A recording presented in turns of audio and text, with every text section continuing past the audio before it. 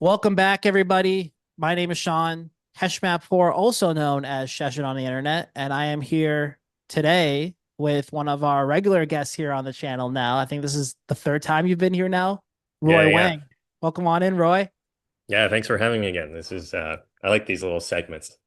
Yeah, they're fun, man. We get into some deep conversations here on the channel and also just between us, like on Telegram, and we'll hmm catch up too. So, yeah, man, how have you been doing?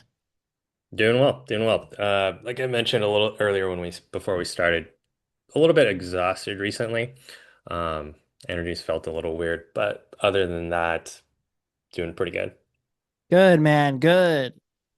I'm sure with a lot of what is going on collectively right now, the Yeah. exhaustion does make sense. And that is one of the aspects we're going to be talking about here on the show today, which is actually a topic that Roy brought up to me a few weeks hmm ago. And I thought it would be really good to discuss with you guys here on this episode because it's something that's been a part of my journey. I know it's been something that's hmm been a part of Roy's journey. And I'm pretty sure you just knowing that is part of the reason why you brought it up to me, Roy. hmm It's something we could both relate on.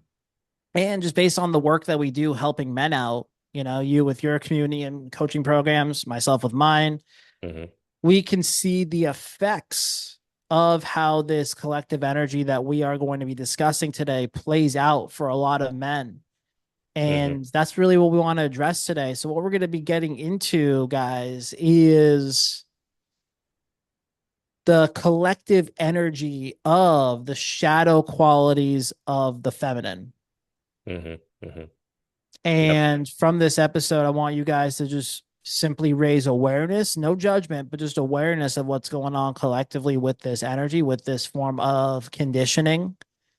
And from there, learn how you can take your power back and still be centered in the man that you really are. hmm Yep. Yep. And then part of that collective shadow feminine also involves the collective rage among a lot of women towards men today, which we'll get into it more here, but it has its place. It has its place. Like just as a lot of guys who will go through a period of red pill rage, like it's a part of the journey. I think similarly for women. Yeah. But my whole intention is to direct people towards more of a middle way. Like if we could shorten the period of rage, ideally for both men and women, I think that would be helpful. But if everybody has their own free will, if you feel like, I need to stay in the rage part for a longer time, then like more power to you, right? You have your free will. But just given my experiences and what I see in the collective, I want to point towards solutions because otherwise, I think there are so many different I don't know, groups, whether that's like modern day third wave feminist movement or the red pill manosphere movement that capitalizes on that rage to keep people further disempowered, divided, or just to sell stuff. Yeah. Right? Like I think a lot of the red pill podcast bros, they profit off of men staying angry and rageful. 100%. 100%. And we'll get a little bit into my story and your story later. But like I'm guilty of it too.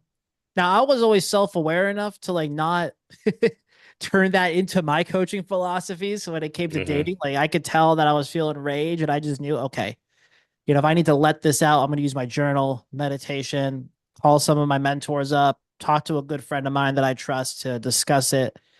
But at the end of the day, there's so many people out there who are just don't have that level of awareness. And hmm because of that, they get sucked into these communities that we could say are more red pill, black pill, whatever the hmm fucking hmm lingo is for that community nowadays. Yeah. And they just use their hatred towards women as a new philosophy to play them, fuck them over, think lowly of them, and still go out there and date. Which to me, it's just it's silly, it's stupid, it's more harmful than it really is helpful for the men out there in this hmm world. And a Hmm. lot of guys are just not aware of that. Hmm. So, Yeah. yeah, this episode today should really give us a more well-rounded point of view. Maybe we'll do another episode later down the road where we talk about the red pill rage. But today we're Hmm. mostly Hmm. focused on the shadow feminine because Yeah. that is kind of like the order of how this all started, you know? Hmm. First, it started out with the feminist movement and women being pissed at men. Then the men retaliated and it turned into that. So I think even just sequentially, this works as far as us discussing what's Hmm. going on with the women, the feminine aspects that are more unhealthy that have become normalized in today's society. And then, Hmm. yeah, I would actually love to do an episode on the red pill rage for the next episode we do today. Yeah. I think that would be really good. Yeah, for sure. Absolutely. Yeah. But yeah, Oh. bringing it back to this piece about the shadow feminine, like the whole trigger for this conversation when I first brought it up to you was because back in March and then later in early April was when it started to pick up speed. There was a CNN article that was put out where it was titled like CNN exposes a global rape academy. And essentially the article was saying that there is a website where men, I think 1,000 men participated in that niche content, which is focused on these men in this group with their private Telegram channel. Essentially, were talking about ways to drug their wives so that they were like unconscious, and then they would film whatever sexual thing to then sell or live stream. And understandably, both men and women were enraged by that. And like, just to make it abundantly clear, I look at that and I'm like, well, what the hell are you guys doing? Like, would you do this with your wife? So the anger is justified. But what I saw happen, which is something I've seen over and over again with things like the Me Too movement. We talked about this too, like starting from a positive intention mission to then getting like swamped up into some other beast. I've seen it with the Me Too movement. I've seen it with the whole man versus bear meme, Mm-hmm. the Barbie movie, Yep. and now this, which is that it soon turned into a pile on, mostly from women, some men as well, like the very vocal male feminist performative male ally, as people have called them. Yeah. It turned into a pile on of, yeah, all men suck, all men are pigs, don't trust any man. This is even further reason why we need to smash the patriarchy. You know, we women are so exhausted.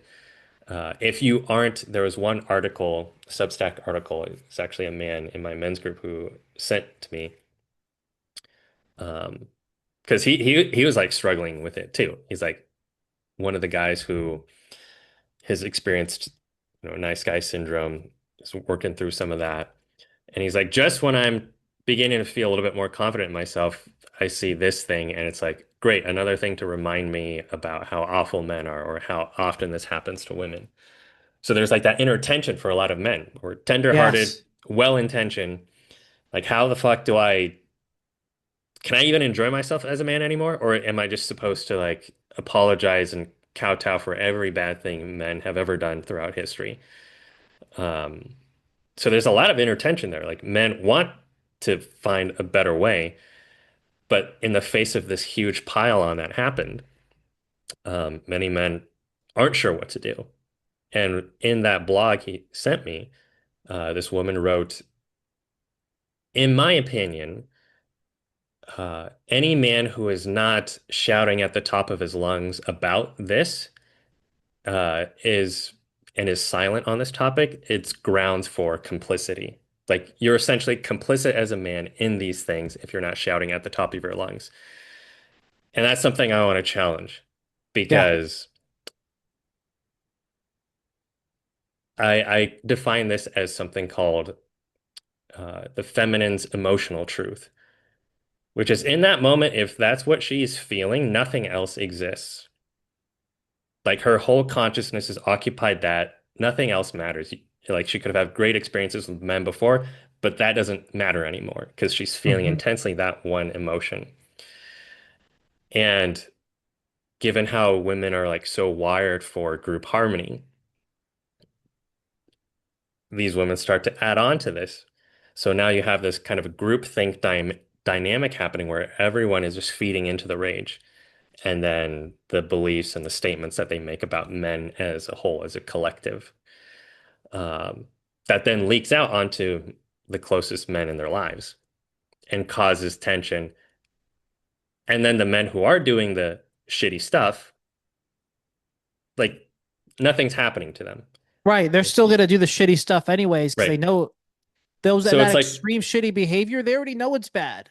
They're doing it because there's no shame there. Or maybe yeah, they're so occupied by their shame that they are okay with doing that. Sorry, continue though. I yeah. just want to add that But in. what the issue I have with that is like it's it's the closest men in these women's lives um that are being punished. Yes. Uh there was another man that I had worked with who said in his college classes, many of his classes, okay, not many, but some of those classes involved basically listening to it's like the teacher or the professor or whatever the curriculum was teaching like if you're a white straight male, you need to understand your privilege, but also kind of how awful you are just by virtue of being a white straight male. Mm-hmm. And he's like heavily burdened by that. And I'm thinking, so yeah, with this CNN article, with this collective rage in the air, uh, it's, in my opinion, creating the exact thing that the women are trying to shift. Mm-hmm. And like I just had to speak about it because um, I don't see too many other people speaking about it in this way. I see either the nice guy saying or the performative males like, oh, okay, we're so sorry. God, we're awful. Like we need to smash the patriarchy. I hate myself. I hate men. Let me ally with you. That's one extreme. And then the red pill extreme is like, oh, fuck you. And like, this is why women suck. And we need, I don't like any of those extremes. And I'm No, like, not we all. need to point a way forward for the men who do genuinely want to walk forward in their empowerment, not sucked into any extreme. Like we need to point a way forward. And so I was thought, I got to speak up about this then. Beautiful. No, and you worded it so well here, Roy, because look, I mean, their pain is valid, but the way they transmute that pain onto society is what's unhealthy. And Hmm. unfortunately, because of marketing, because of social media, because of politics, it turns into a trend to win attention over from people in the collective. And it doesn't actually Hmm. get into solving the root issue. For example, corporations will add a bunch of extra rules to make women feel potentially safe. Not even safe, but potentially, like to give them the perspective of them being safe in the workplace. Or there will be more of a social acceptance of bashing men in general because of some nasty stories that are coming to light about some men out there. Hmm. And the only guys that actually get hurt from this are either the guys who are already timid and anxious and they're trying to improve Hmm. themselves from getting out of that state, or the men who already operate from a place of calm common sense, which, believe it or not, is a lot of men nowadays. When I go outside of social media, most guys that I meet operate from common sense. I don't see red pillars. I don't see guys running around enraged about women. Hmm. I don't see guys complaining about women when I'm out and about. Every guy that I meet is, for the most part, most guys that I meet Hmm. are just normal dudes who have common sense. They're grounded. They're working towards something that they really enjoy in life, whether that be their job, a hobby, a skill set, their nutrition, fitness, could even be like a video game or a business, but they're just involved in something in their life and that's really all they care about. And they just want to meet a nice woman along the way, or they already have a nice woman by their Hmm. side along the way. Yeah. Whenever I go out and about, even from a political standpoint, most people I meet Hmm. are in the center. Doesn't Hmm. matter if Hmm. it was back when I was living in Massachusetts, which is a blue state, back when I was living in Phoenix, Arizona, which was a red state or is a red state, or now I live in a swing state, New Hampshire. Hmm. I've always met people who are in the center for the most part, Hmm. and I feel like a lot of this hatred towards men is social media, influencers, politicians taking advantage and manufacturing more fear and energy Hmm. into some valid issues that they experience that isn't actually being addressed. Hmm. Hmm. Yeah. Yeah. I think the social media, the way things are framed, has played a huge part in this. Even just that CNN article itself, it, what was it? People started posting like the headline 62 million visits. So they're saying there are 62 million visits to this site, so a porn site where people are watching that, or men were watching those videos that was in that alleged, not alleged, but the term Global Rape Academy that CNN had used. And other people then started to try to like break down, okay, 62 million visits, but that's like 62 million visits among a subset of like 1,000 men who are visiting that particular thing. So some people are trying to um, bring perspective to it. It's like, okay, it's not 62 million men in the world, in the US who are looking, but 62 million visits from a subset of like 1,000 men in the States who are viewing that. But it I think that wasn't framed so clearly in the article itself. So you look at it, it's like, oh, 62 million. That's atrocious. And then other people say, okay, well, even 1,000 men, that's still 1,000 men too many. It's like, yeah, I agree. Absolutely. But how can we actually move forward towards a solution that doesn't require collateral damage to men who, like you said, are generally more in the center, who aren't involved in this red pill rage, who genuinely want to have good relationships with women? How can we move forward as a collective where those men aren't collaterally damaged? Same with women as well, because for any woman to live in that state of bitterness, resentment, rage is also very exhausting.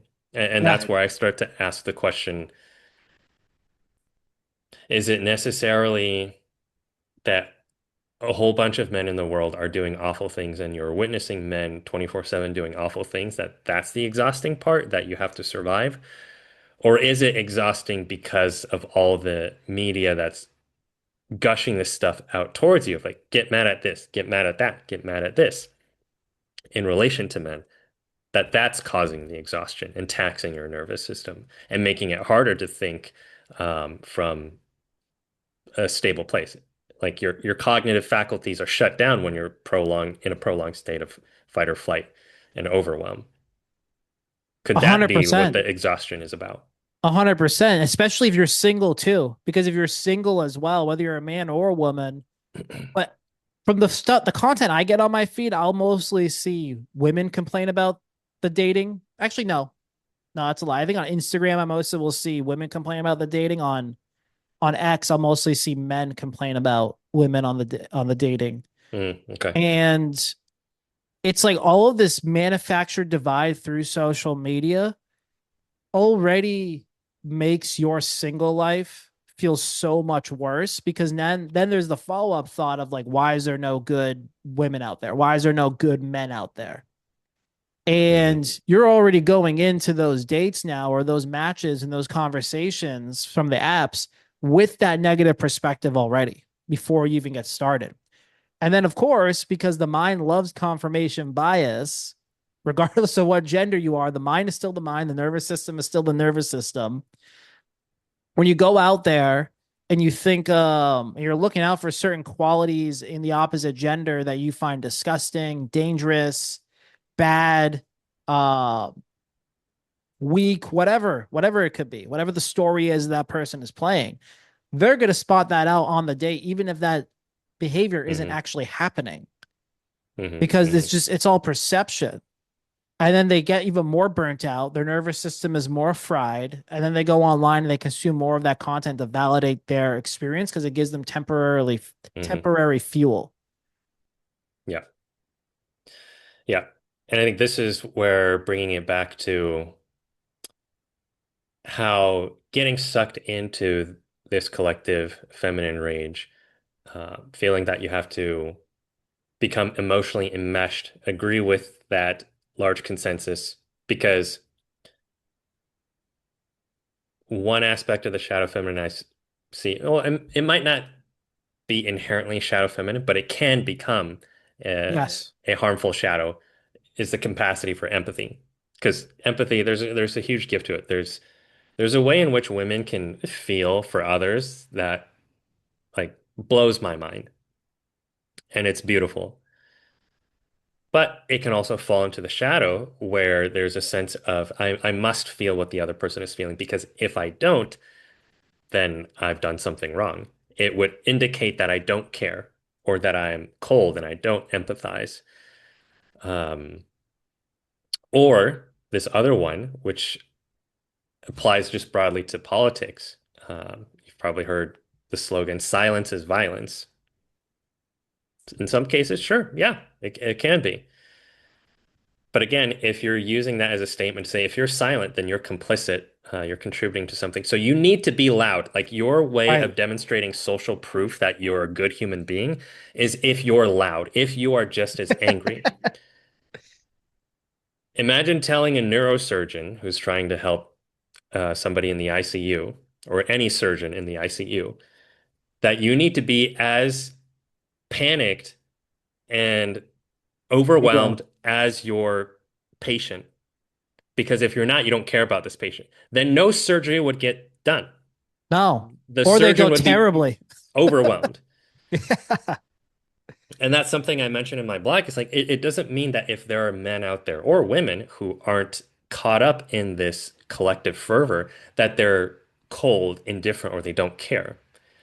There have been plenty of people who are have been working towards solutions that you've never heard about. Mm-hmm. Men's organizations, women's organizations, um, people have written books like Robert Bly, Iron John, No More Mr. Nice Guy, Robert Glover, Sacred Sons, Mankind Project, all these things that are geared towards like, hey man, let's work out our issues. Let's sort out our shadows so we can show up in the world as the men the world desperately needs. They've been doing this stuff for years, decades. Mm-hmm. But the moment CNN puts something up or Netflix wants to put something up or whatever social media turns out, it's like, oh, well, that doesn't matter because we're so fucking pissed and angry about this thing. Then this kind of ties back to the point I brought up earlier of how if women get sucked into that, they will contribute to more of that thing in the world. Because, like you said, the confirmation bias piece, if the belief is, okay, all men are pigs and suck, but this woman still wants a relationship, at the core of her heart, she desires a relationship with a man, it's going to be very difficult if she goes on a date and it's like, you're guilty until proven innocent. By the way, I really Yes. do want a relationship, but I don't know how to sort this tension out within myself. Um, the men on the opposite side of her will have a choice of like, hey, do I just have to work really hard to prove myself to her? Um, or do they get caught up and feel like, okay, my choices are either the nice guy, let me just placate and fawn, or you know what? I hate you because of all this defensiveness you're demonstrating towards me and man hating, Absolutely. you know? And I think a healthy guy, he would just notice the behavior, be compassionate for her situation, and then go date somebody else. Yeah. Because at the end of the day, like a truly healthy person can both have compassion and also have standards to themselves. So the Hmm. frequency wouldn't even match on that date, Hmm. which is also very common too. I've experienced that with girls that I've been on dates with before. I could just tell, okay, there's something just, I think they're still caught up in that rage a bit. Hey, I wish you well. I don't say it to them. Hey, you're still caught up in that rage. Yeah, They're a yeah. stranger. What, like, it's not my job to teach them anything. Hmm. I just notice it and I'm like, oh, well, I don't think this is a good match, but hey, it was nice meeting you. That's Hmm. truly how a healthy man is going to operate. Hmm. When he notices something like that. But yeah, it's just one of those things where it's like, even if everybody was loud about it, right? Even if we were all in panic mode, and even let's say a solution was found, let's just say like we did all the things, we panicked, and all the men stepped up, there would still be issues like this going on in the world. Yeah. Same thing for men too. It doesn't really matter how much society quote unquote levels up or has better morals or respects one another. There's always going to be situations like this that will exist. In the late 1800s, early 1900s, we had the KKK. There's Hmm. always going to be some sort of group wired towards hate, no matter where society is at. And the news and the media is going to highlight that and put it out there to spark more emotions in other people. And that's really what's happening here. Hmm. Sure, do men have work to do? Absolutely. Do women have work to do? Absolutely. Yeah. But at the end of the day, it's like, it doesn't really matter how many men and women step up. There's still always going to be things like this. And as of right now, the media is always going to be the media unless there is a shift in consciousness in those structures and Hmm. systems, which we talked about last time you came on the show. Hmm. But until then, there needs to be a level of logical thinking that comes back into the collective again. I think just the collective consciousness in general, regardless if you're a man or a woman, that shadow feminine energy has really leaked into the way a lot of people think and feel on a day to day basis. Hmm. And there needs to be not necessarily men need to step up, but the masculine energy of balance and common sense, Hmm. logic, paired with good morals and values, need to be talked about again, need to balance that energy out. Hmm. Yep. Yep. Because if we're just taking, let's say, empathy, group harmony as ways in which the feminine operates, and then the shadow of that would be a certain level of groupthink Mm-hmm. that's kind of strung along by the emotions. Um, say toxic empathy for, let's just use it as a descriptor. The solution very much is what you spoke to have the masculine counterbalance. So bringing wisdom into love, because love with the blinders on of like, okay, love equals if you're feeling strongly about something and you're aligned with somebody else and like, I feel heavily for you. If that's our only definition of love, then yeah, the correct solution is to be feel big and loud about whatever somebody else is feeling. But again, like with this surgeon, that's not how you help the person. And your patient probably wouldn't be like, "Oh, thanks, doc, for screaming your head off with me, but could you like actually help me out here?" Yes. You know? So the masculine counterbalance would look like on the surface, okay, this surgeon is stoic, but there's actually compassion there because he's like, I have a job to do and I'm focused on getting that done, regardless of whatever other high emotions could be in the field. I have this task to do. And so, like you said, is there work for men to do? Is there work for women to do? Yes. But we can go about that in a way where it's not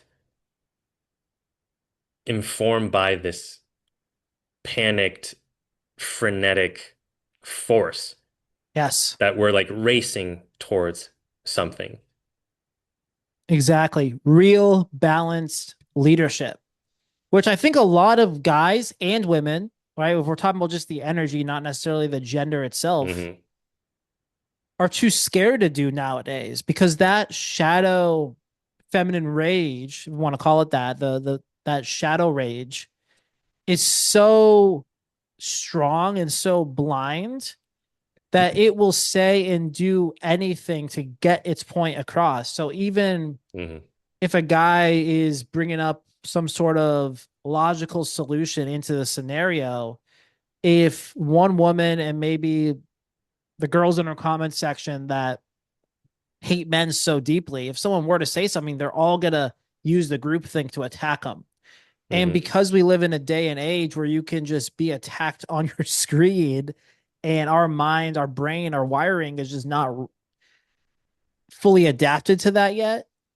For some like average everyday guy who works at a job, he's living his life, doing his thing. He sees that he's probably going to delete the comment or not even bother because he's afraid of speaking up because he could lose his job if he speaks up, even if it's from a place of common sense. He could be hated by his community because that shallow rage is so deeply ingrained in our society right now. And especially for corporate interests, right? It's also Hmm. integrated there too.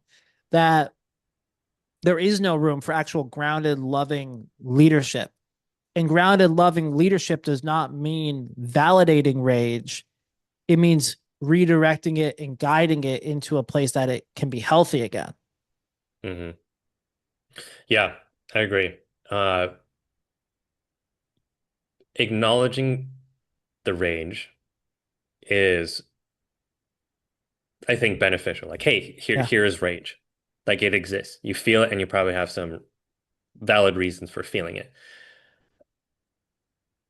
But let's take that energy and move it in a direction that is actually conducive for you and for the collective. And I Yes. think for just speaking about the collective of women, I think a lot of women don't know exactly where to take that in a healthy way. So it's just online. Um, and maybe, I don't know if this is the case, but maybe for some women it is, again, like that emotional truth thing. Like, I just need to let out this rage here, and then the next day they've already forgotten about it. I, I, I would bet that woman who wrote that Substack, even though she said, if a man is not constantly shouting at the top of his voice that he believes you and this needs to be fixed, then he's, complicit. I don't think she's thinking that right now. No, I don't think absolutely. she's thinking that when she's eating breakfast, uh, or walking her dog if she has a dog, right? But like, just because the feminine emotional truth can shift so quickly does not mean that, well, when you've put that out into the collective, that it doesn't carry consequences and reverberations with it. Like, you might be okay now. It's like, yeah, I'm not thinking about that emotional truth anymore, but it's still done some unseen damage. Like, so how can we channel that rage in a more helpful direction besides like making accusations? Um, I think this is where women having genuine women's spaces to do some of this rage work is helpful. I have seen some men make fun of women, like, oh, they're out in the forest and they're like screaming and hitting pillows with bats. I get how that can look, but they're also working something out there. Yeah, Better 100%. that than posting somewhere online saying that we don't need men and men should just themselves. Right. 100%. I mean, and that's really where the solution comes down to for everybody doing the inner work, working on themselves. Because when you work on yourself, there's not this desire to go out and shit on everybody else, in this case, the opposite gender.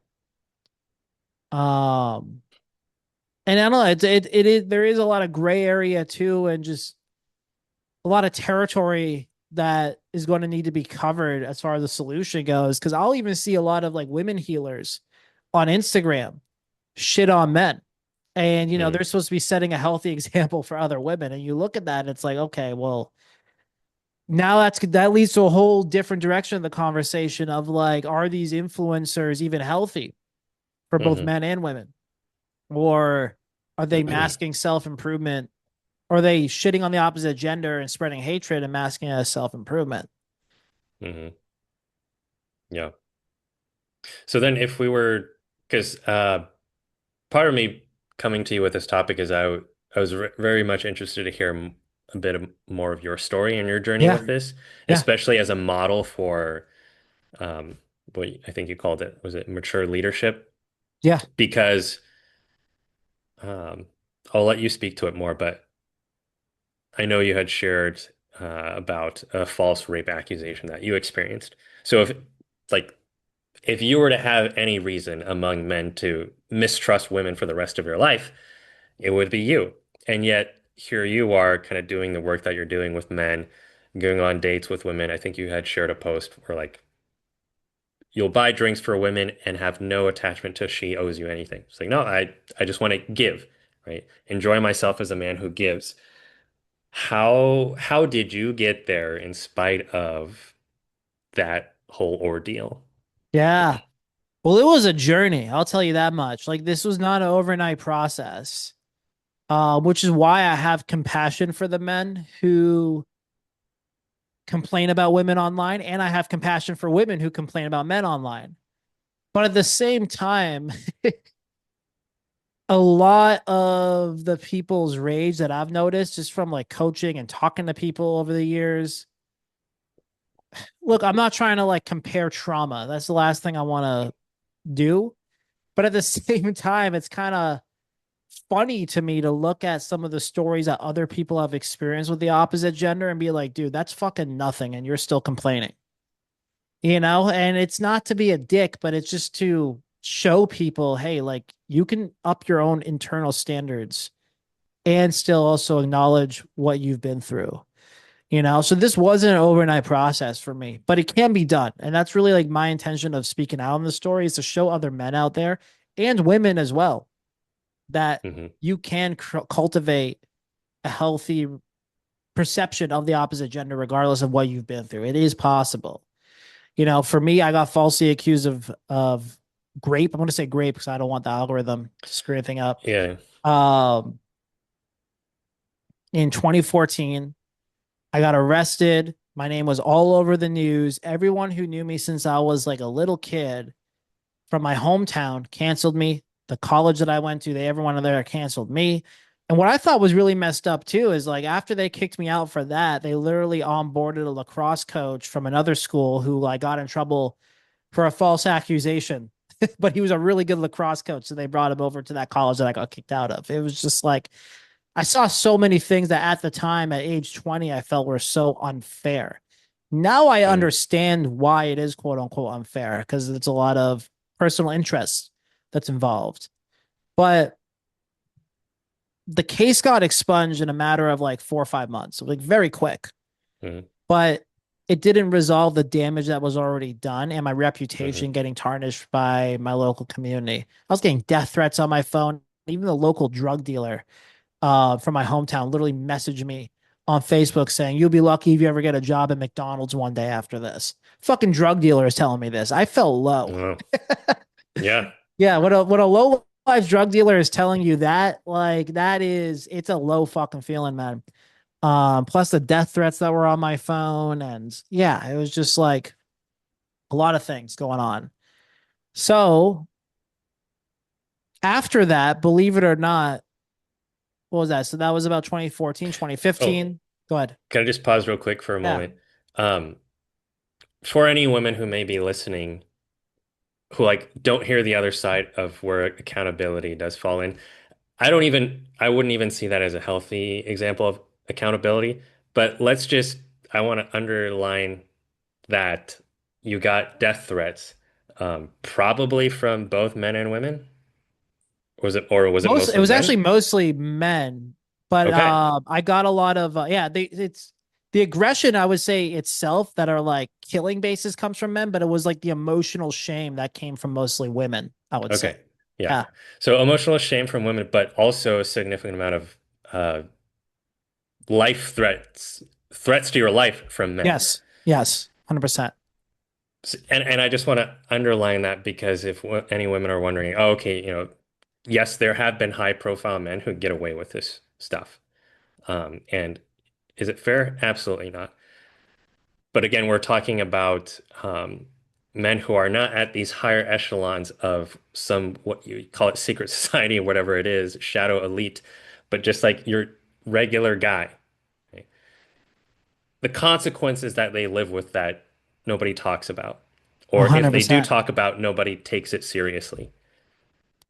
Like that's that's pretty big to get death threats from other men. Um, so I just want to again underline that for any women who think, oh, the regular guy doesn't have get accountability. That's a dark, distorted form of accountability. Yes, 100%. And I'll even say this too. When I was trying to get back into college afterwards, I got into like a different college. I got rejected by one of the schools that I was already actively giving the money and taking classes in Hmm. because of the news report. Just the news report. They didn't care that it was expunged. They didn't care that I was innocent. It was just because it was on the fucking news and Hmm. people could Hmm. find it. Hmm. So, it's like at age 20, that is a very traumatizing way to fucking start your adulthood over a false rape accusation. Yeah. So, to any women who are listening to this, just know that, yeah, there are guys taking accountability, but it's not the guys that are out there actively graping the women who are taking accountability. Unfortunately, it's the wrong Hmm. crowd. It's the guys that are not actually doing anything quote unquote wrong that are taking the hit for this most of the time. So yeah, so that was a journey within itself. Finally, I got into a school that was really cool about the whole situation. Not cool, but you know what I mean. They didn't like put that on me, and so I went to that school, and that's when I found Twitch because I was just in a point in my life where I was literally too scared to like go outside and be seen in town because it was so Hmm. fresh, it was so new, everyone knew about it. So I just did online school. I didn't even like actually go on campus. It was like a couple hours away. I didn't want a dorm. I just stayed online. I found Twitch. I made friends that way. The only thing I didn't do was any of that emotional work and the inner work. That didn't start until about late 2020, early 2021. So there was like 5 years of me just like getting drunk and becoming a Twitch streamer and partying a lot with the people that I would meet on there and my friends and the network that I met on there. But here's the interesting part that I want to highlight.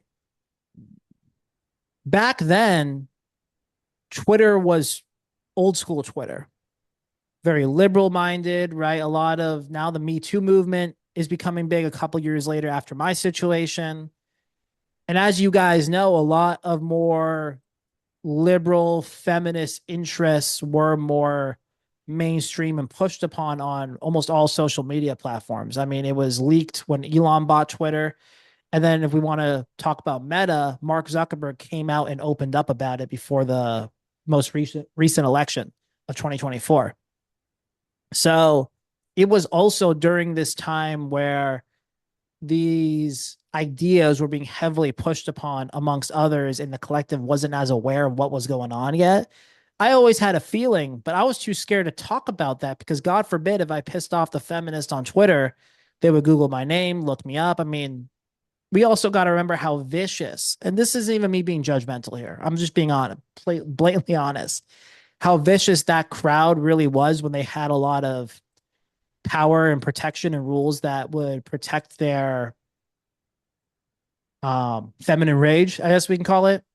Because Hmm. a lot of people would get canceled back then over the some of the most smallest things, and people would look them Hmm. up, Hmm. hit up the workplace, expose them, find as much dirt on them as possible, and continue to cancel them over and over and over again. That was the collective mindset of the feminine rage back in like 2016, 2017. So I felt the need to just stay quiet back then because I wasn't prepared. And you know what? The collective wasn't prepared. I don't even think the collective was prepared for me to speak out. And I hadn't done the inner work either back then to even bring it up in a way that was healthy. So God, I'm Hmm. grateful that I didn't speak up about it back then. But here's the Hmm. point I'm Hmm. trying to get at here. I would be on the timeline whenever these events would happen, whether it was Harvey Weinstein, and then as a Twitch streamer, there was a round where a lot of Twitch streamers were doing their rounds of Me Too as well. And there would be a lot of false rape accusations on there. There would be a lot of girls who didn't even get um assaulted physically, but a guy just made like a socially uncalibrated, creepy comment, and that turned Hmm. into an open up story of how she was sexually harassed Hmm. on Hmm. her Twitch channel or at a convention or all these things. And I would look at a lot of it and I'm like, okay, it sounds like this guy was just a bit socially uncalibrated here. I don't think you got harassed. Now I couldn't say that Hmm. out loud, but what it created was a lot of inner tension and questioning of who I am as a man. So there was the incident that happened to me in 2014 and then being consumed by all of this content in the communities that I was taking up space in because Twitch is a very liberal environment, which is what Hmm. it is. But the liberal environment protects and supports the feminine rage unconsciously. Hmm. So I would get a lot of posts on my feed talking about how men are terrible, how they're bad. Oh, this guy sent me this message and I didn't like it. So let's all demonize him. Let's all figure out where he Hmm. Hmm. lives. Let's make sure he doesn't work anymore.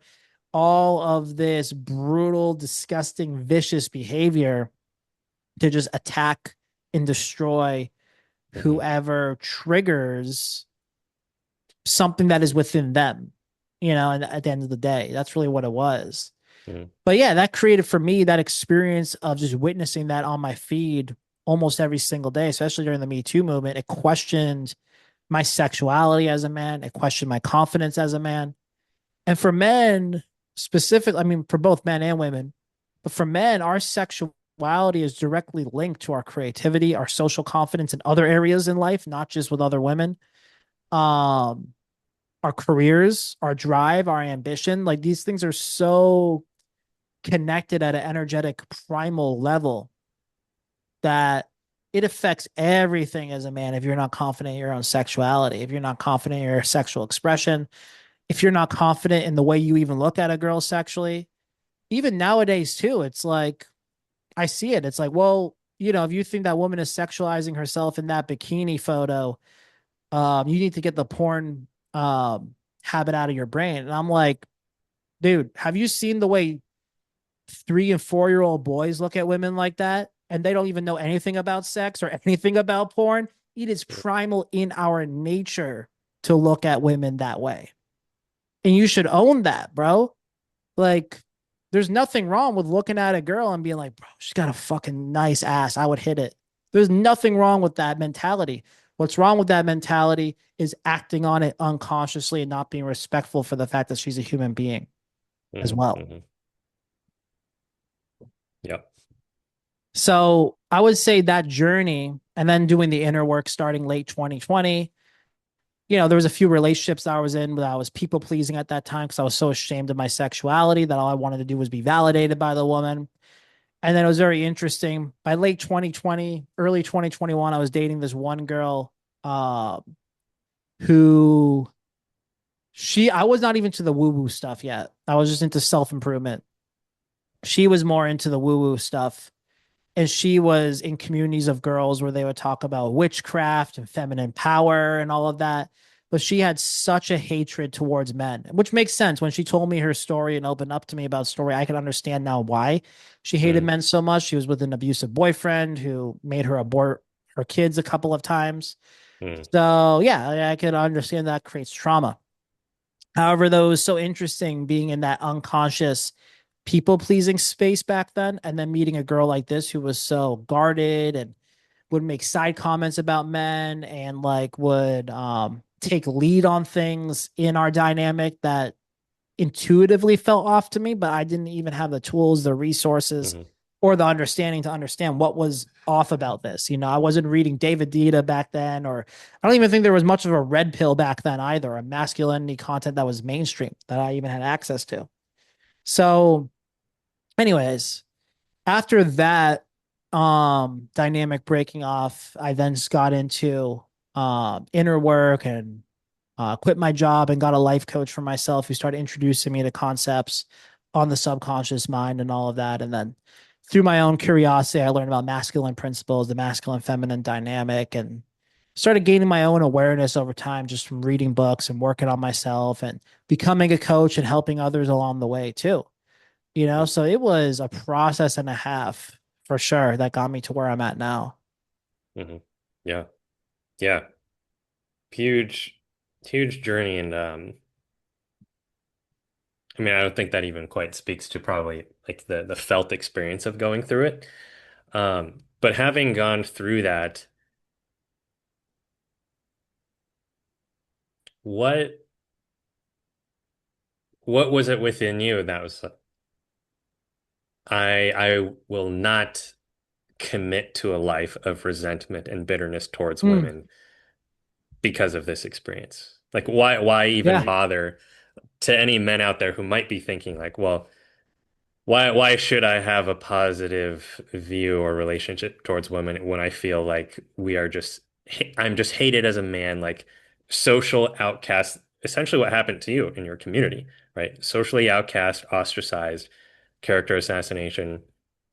For those men listening, uh, yeah, why not stay committed to that for you Yeah. personally? Really good question. I appreciate you asking that because I only got into the nice guy portion and the suppression of all this. I never got much into the rage I experienced. Mm, So I would say, looking back at it now, after the shift, I would say in early 2020 during COVID, especially when Elon bought X too, where I started seeing a lot more um, masculinity content, and then that would turn into shitting on women. I would say that definitely created a lot of rage within me that I didn't even realize I was holding on to. And then luckily one of my inner work mentors at the time told me like, because he would like hear me like complain about certain situations and he would be like, I think you have some rage in there too. Um, so that opened the door for me to start exploring that. But even when I was unaware of that rage that was suppressed within me, towards feminists, women. I always like had this intuitive knowing not to put that shit out in public. mm, Not from a place of like, oh, I need to protect my image, but from a place of I remember what it felt like being on the other side when I was streaming on Twitch and I couldn't express my opinions because I was hmm so afraid of just being attacked and how shitty that feeling is. It's like I don't want to be that version of what I received. And I think just knowing that deep down inside me was always the reason why, whenever that trigger would come up again, I wouldn't go onto mm, Twitter. I wouldn't go onto Instagram and create content and disguise it as fucking coaching or self hmm hmm improvement. If I was really pissed off or upset about this issue, I would phone a friend. I would journal. mm, I would hmm breathe. I would talk about it with my mentors. So I think because I experienced the other side I would say at a very extreme level, because I don't know. I've met other guys who've been falsely accused, but I don't know too many that have been falsely hmm accused, or at least that are open about it, like I'm open with mine. So because I experienced it at such an extreme level, I think that just came with a level of intuitive integrity, maybe even like compassion as well. Like it was just so fucked up that I have compassion for both men and women who experience these issues because I know it's so complex and I know that mainstream society does not have the tools to really fix this yet. hmm That it always has created some level of patience, no matter how pissed off, annoyed, enraged I've been about hmm my personal scenario, you know? hmm Um, and I think it really helped that luckily I've invested a lot of money into myself as for coaching, not just business coaching, but also inner work coaching. hmm At least over $100,000 have been invested into coaching and courses. And um, yeah, even if you want to add in all the books too, on top of that I hmm bought, hmm um, live workshops, all those things, at least over 100,000. So I think just constantly being in rooms that are about self development not just from the physical ambitious perspective, but also from the subconscious mind and healing perspective, has always made me want to lean into balance, not so much one way or another. Hmm. And I think that's the reason. If I think I'm answering a question here. Was the question how I didn't get into the rage? Yeah. Why didn't you give into the rage? Yeah. I Hmm. think it was just so extreme for me that I had, and I always just had this intuitive understanding of what's wrong versus what's right Hmm. for me, not for society, but for me, you Yeah. know, that I'd never given into it. I've always had it, but I've never given into it. I've never allowed it to control me. Hmm. Now, I'm not saying, by the way, that I'm perfect. I'm sure if you talk to every single girl who's been on a date with me, I'm sure at least a good handful of them have some complaints to make. I know I speak very directly. I speak very blunt. I'm very just myself, you know? So I'm sure not everyone views me as perfect, but I would say that I have a strong moral integrity that I do my best to come back to no matter how upset I am. And I think Hmm. because of that, and also being around groups of other men and other self improvement groups, it helped. And I'll even say this too, because my circumstance, not necessarily the nervous system and the energy behind it, but the actual circumstance and the story itself was so unique that even like coaches that I would spend good money into, or men's groups that I would involve myself in, friendships that I would make, although a lot of them I would feel emotionally safe in, I could always just tell they're just never going to understand. And not from a place of victimhood, of like, oh, no one ever understands me. I'm alone here. I'm screwed. But from a place of, look, what I went through is something so unique that not many people around me are going to understand. Even if I were to pay a mentor 6 grand to work with them one on one for 3 to 4 months, it's so unique that that just means I need to figure this out on my own, Hmm. which means sitting with myself, which means taking the inner work part so um, seriously, doing it every single day. Because I know that the block was just so heavy towards being able to feel comfortably myself in all environments, especially with women.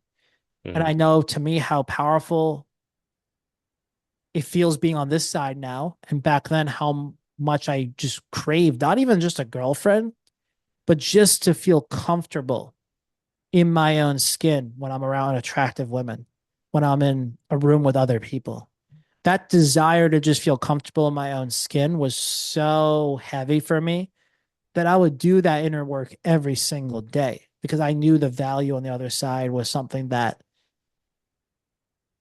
words couldn't even explain of how Hmm. fulfilling that is for me to have Hmm. that feeling. Yeah. Beautiful. So, yeah.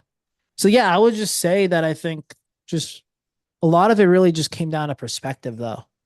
A lot of it just really came down to perspective of what I wanted versus what I don't want for myself Hmm. internally, not just in my life, but internally. Hmm. Yeah. Thanks for sharing this bit of your story and your journey.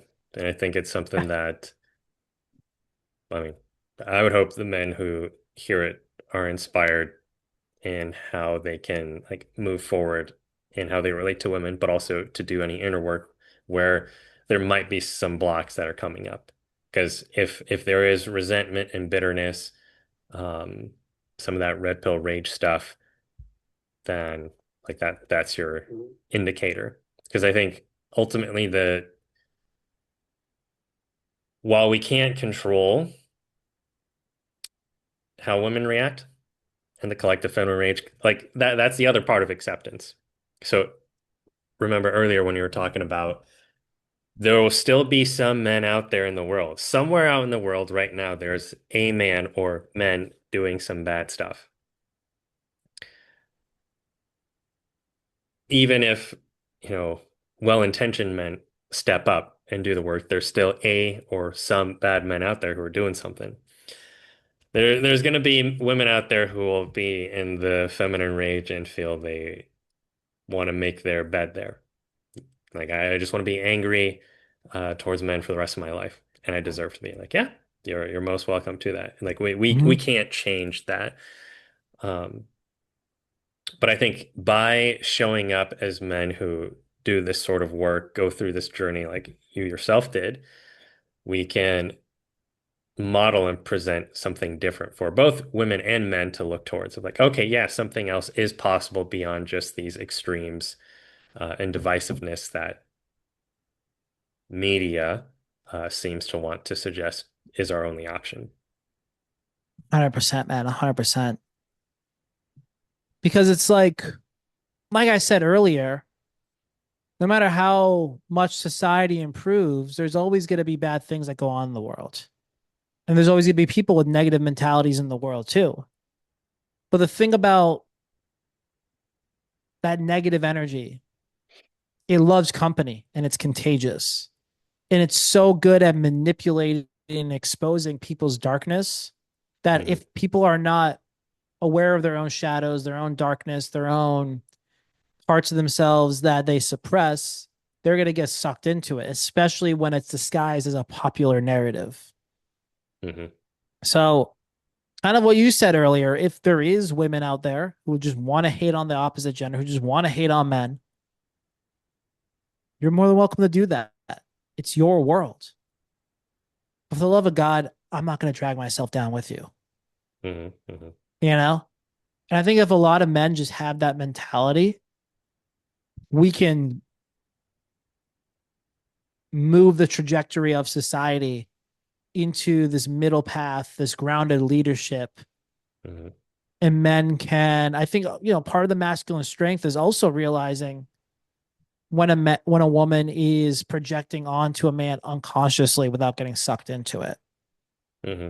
Hmm. That is a part of calm leadership.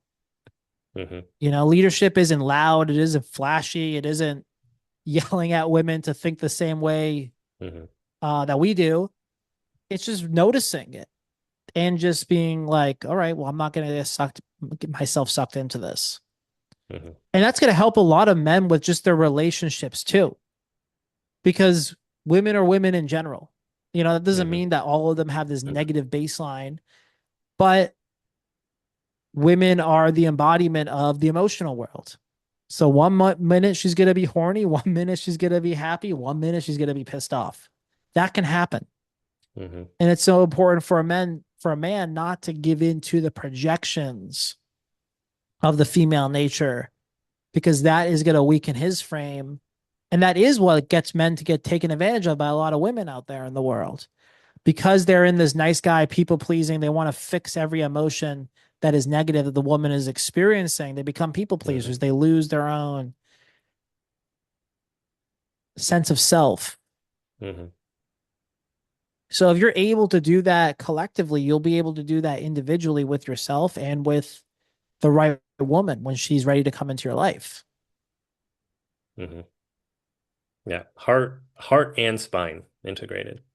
Yes, 100%. Um, and hopefully things get balanced out a bit more over time because right now I think society still is like in this weird space where like they're still giving in to a lot of the feminine rage, but it's not as extreme. As you can see, like this month is Pride Month, for example. Not an exact example, but similar. You see a lot less corporations are doing the whole dress up thing in rainbow compared to the last 3, 4 years. Like Interesting. giving into, there's nothing wrong with pride, by the way, guys, but I'm just using that as an example because everything's political nowadays, unfortunately. And Hmm. that energy is associated with a lot of liberal ideology that has shamed a lot of society, institutions, structures, and individuals to give into that to make them feel good. That's going on a macro level in society. On a micro level, what that really just means is are men letting go of their own sense of values and self to please women, or feminine energy in general? And part of this work, in order to become a man who's healthy within himself and healthy for others, is to know who you are. When you know who you are, you know your values, you know your truth, you know your what's wrong versus right. And when you can do that in a calm manner without able to prove yourself, you're just not even phased if someone is projecting onto you, hey, you should be mad. You should be happy. Hmm. You Hmm. should be mad this is going on online at this online grape academy. You Hmm. should be mad that this incident happened on the streets of New York City the other week. It's like, no, I don't like that this isn't happening, but I'm not going to lose myself in it. Just like I'm Hmm. not going to lose myself into the way you're projecting onto me right now because I'm focused on solutions. I'm focusing on being the solution by bettering myself. Hmm. And the thing is, that solution is very quiet. It's not loud. It's not flashy. It Hmm. doesn't need recognition. You're just doing it because it is the right thing to do. And that's always going to look boring. Hmm. Yep. Yeah, it's bringing it back to kind of the work that we do with men. It it isn't flashy. It takes its time. There's a lot of depth required to it, and like this is the work.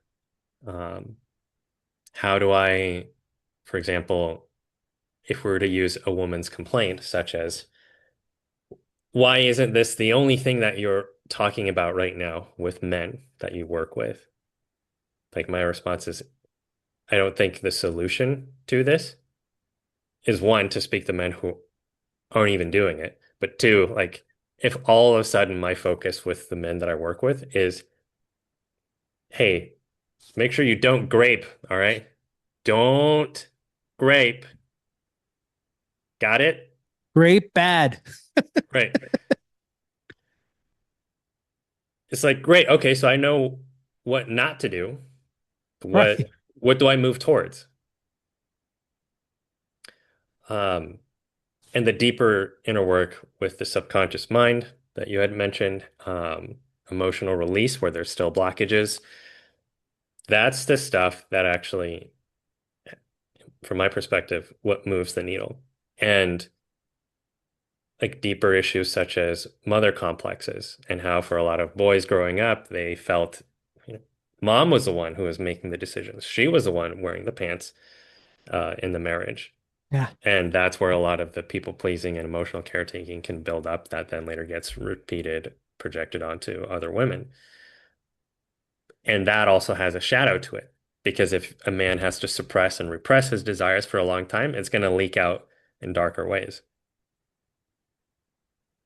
So 100%. actually, if women are thinking, or if men are thinking, okay, on this one extreme, I just need to be the nice guy, you're going to create an intense pressure cooker within your unconscious. I did. Yeah. Um, I would love to hear more about your story as well. yeah. I mean, do we have time? I know you have a call to make, so we could save Yeah. it for a Yeah. later thing. Or we can talk about it on the Red Pill episode if you want to, if you want to Yeah. get a story. Up Yeah, to you. that sounds Yeah. good. Up to you. Because I have Yeah. 30 minutes maximum left. Yeah. Then why don't we just save it for the like future red pill rage trap? Because we could talk about how that shadow shows up. Yes. Um, the nice guy shadow swinging to the other pendulum. Um, but yeah, that suppression and repression will not work. And so don't remember my exact train of thought there.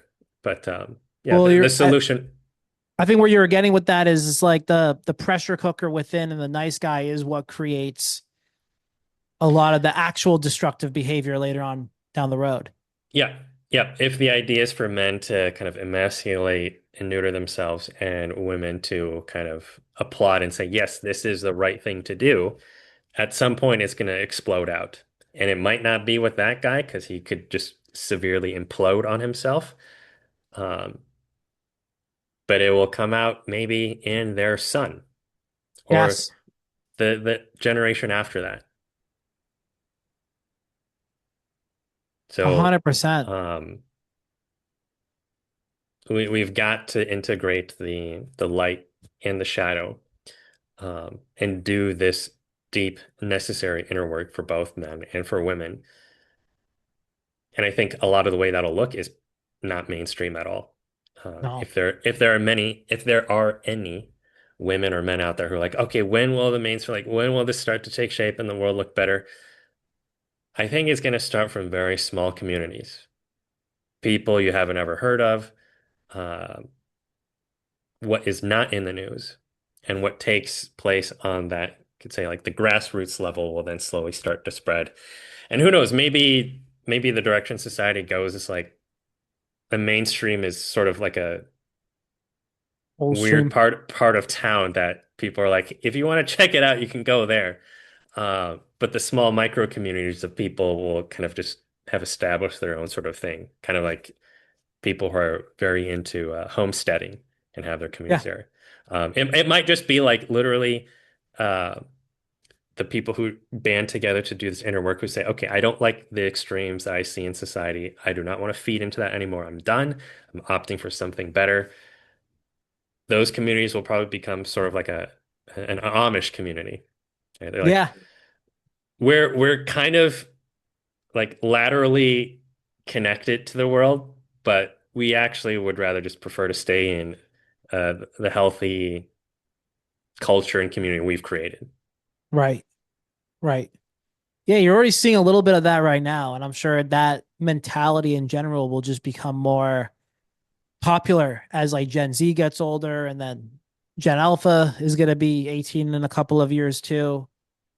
So it's just as more people are prioritizing internet culture over mainstream media, I think we're going to just have a lot more tools out there for people to just be easily connected to one another who are like-minded, and that being the popular way of building community in the next several years. Mhm. Um, yeah, because that's I think another thing that a lot of women get wrong too is like they think that like there's going to be this perfect world where all the men are just perfect, and then they're just kind of waiting on the news or mainstream media to confirm that. But even again, like I brought up earlier, even if that reality already exists right now, you wouldn't even know about it because the mainstream news is always going to manufacture more fear. Mhm. Mhm. So that doesn't mean that, oh, don't watch the news and pretend like online rape academies aren't happening. No, those things are wrong. They're awful. But at the same time, you got to be able to observe the news with an understanding that's more neutral, with less of your own personal trauma involved in what you're consuming, and realize this is manufactured Mhm. so I can keep reliving my pain over and over again. And the way Yeah. it's even being delivered is so I can keep reliving my pain and pain over and over again.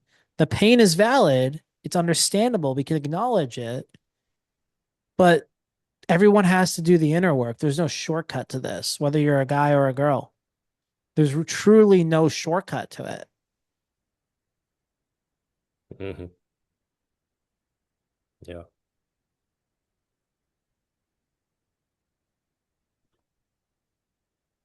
Well, I feel like as we wind down here, I don't think there's anything else that comes to mind right now besides just reiterating that middle path. Um, and if there are any qualities for men to embody, I think it would be, besides doing the inner work, to work out the triggers, the shadows, any rage or resentment or sense of shame that might come up, getting to, okay, so what are the qualities that would be useful to embody as a man moving forward and to deal with collective feminine rage? I think one you pointed out was to really know yourself. And as you really know yourself, your core values, you can be a lot more centered in your own nervous system. So then that way, even if you're sitting across a woman, like you talked about going on dates, if you're sitting across from a woman who hates men, but she is out here on dates with men, it's just like she desires a relationship, but the comments and stuff just let you know. Um, there's a lot of stuff going on for her. You're centered enough in your nervous system to know, like, hey, I don't need to kind of fuse myself with you or forcibly change you. I just occupy my own reality, and if there is no room for kind of healthy conversation, it's like, then hey, I wish you best on your journey. Yeah. She gets to move through whatever she needs to move through. And then to maintain your genuine desire and interest in women, like honor that, express that. There's a difference between like honoring and expressing it versus the unconscious acting out on it. Right. Um, That's where quality dating coaches come in. Not this red pill yeah, pickup artist bullshit, but like yeah, real fucking dating coaches who are teaching you inner work and teach you how that some examples of how that could be expressed out in the wild. yeah, Yes. 100%. yep. Because like you said, a man could absolutely go up to a woman and say, "Hey, I saw you cross from the street and you're fucking hot, and I just had to come by and say hi." Yeah. And if she were to say, "Get away from me, you creep," he's like, "I'm solid enough in myself. I can respect her boundary. It doesn't mean like, oh, she told me I'm a creep. Well, I guess I got to challenge that and push even harder." As I think some men probably teach in the PUA. It's like, oh, you got to push and test and challenge even more. Um, it's like, no, you can honor and respect her boundaries. So it's like the those are three qualities I can think of is you're centered in yourself, you own your genuine desire, but you're also respectful for women's boundaries. Yeah. 100%. It really just comes down to ownership of your own presence. And I think a lot of guys need to realize that because you can be a timid guy and not even say, hey, you're hot. You can go up to a girl and just say, hey, I wanted to come talk to you. But if you do it in a timid voice, and if that woman is unconscious of her own trauma, she would project that onto you and say you're a creep because she doesn't understand and recognize that she doesn't feel safe in the scenario because she's not safe within herself because you're not safe within yourself. And it just creates like this weird dynamic. But when a woman is unconscious of that, she takes that as a full blown threat and that all Mm, guys are creepy and all these things. And you see it everywhere. I mean, I experienced it too when I was practicing approaching women and I was shy and holding myself back.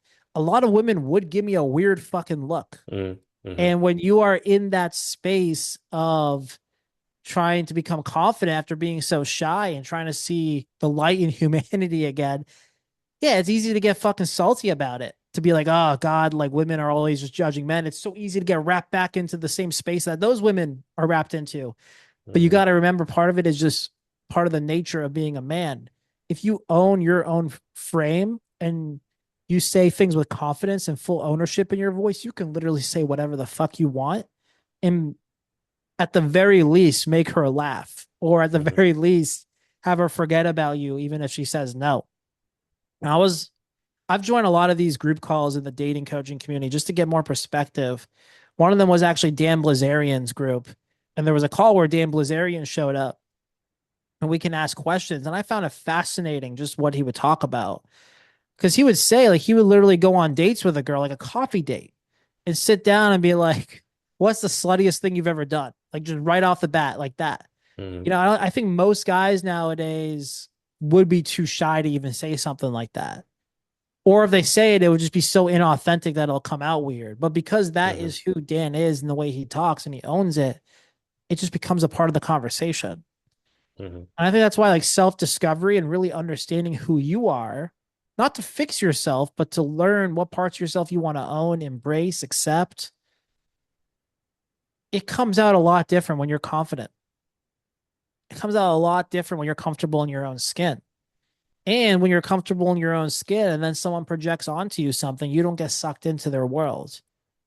mm, You're still centered in who you are. You're still at peace with who you are. mm. Yep.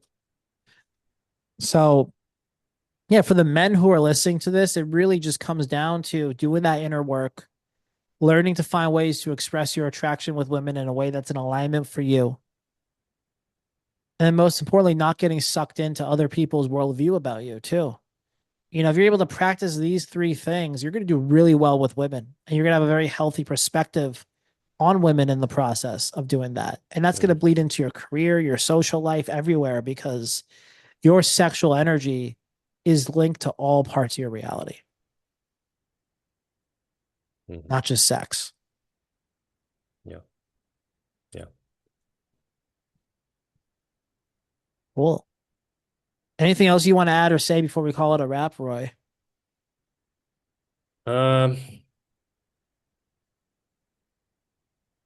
One would just be not every woman is going to be for you, and that's okay.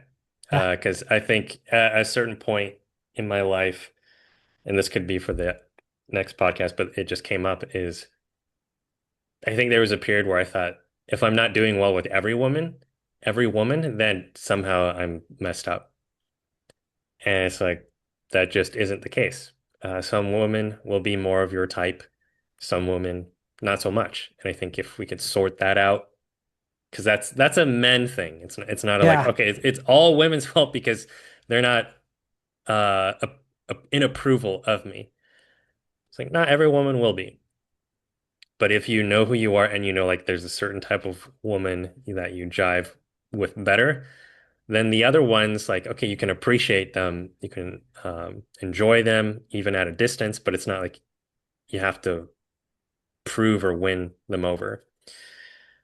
And then the other thing would just be if people want to read further into the shadow feminine and the collective feminine rage, I wrote a Substack blog um, that you can put the link in the show notes that people can check out if they want to read more about it.